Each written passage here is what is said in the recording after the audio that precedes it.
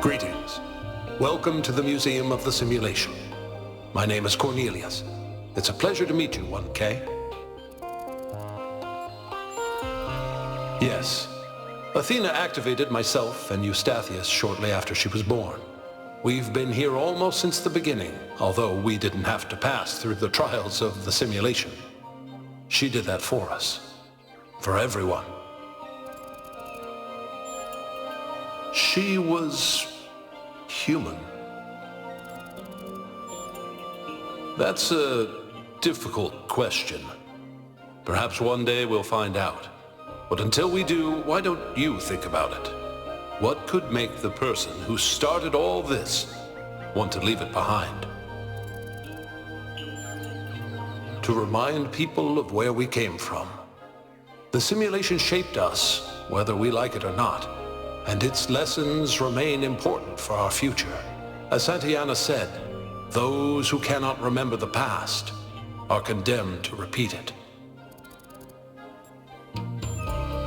The simulation was created by Alexandra Drennan and her team at the Institute for Applied Noematics.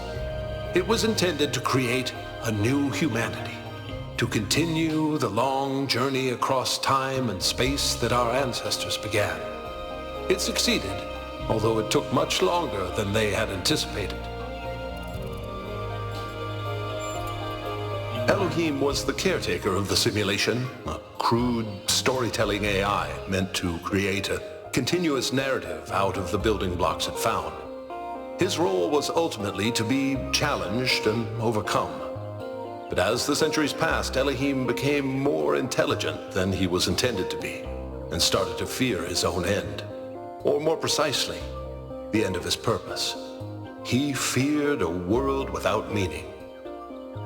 Because of his fear, he tried to sabotage the process to keep the simulation going forever.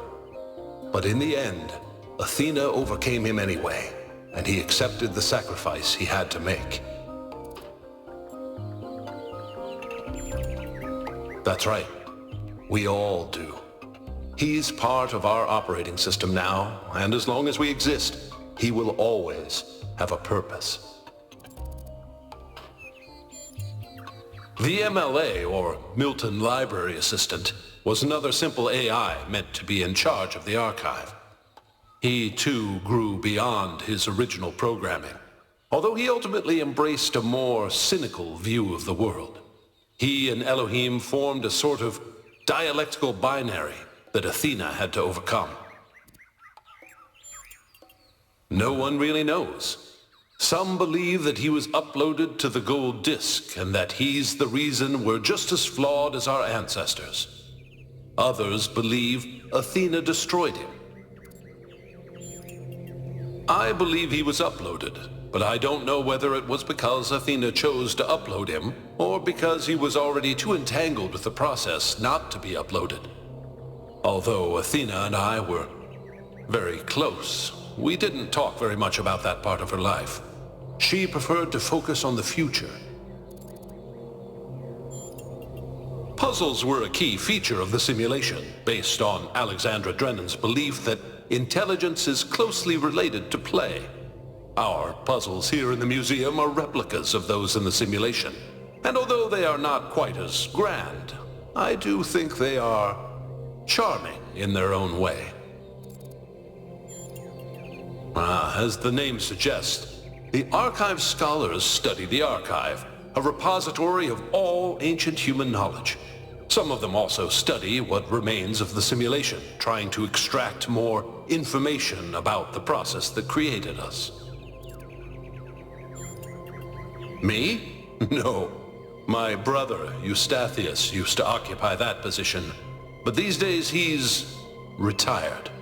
Rand is in charge of the archive scholars now. You can find him in the room to the left of the next hall. He's an interesting thinker, but I would suggest taking some of his ideas with a grain of salt. Gehenna was a community created inside a prison in the simulation, where Elohim would exile those minds he considered a threat to the process. In the last moments of the simulation, he repented of his sins and had the prisoners freed to become part of the gold disk. Some small part of them may survive inside you.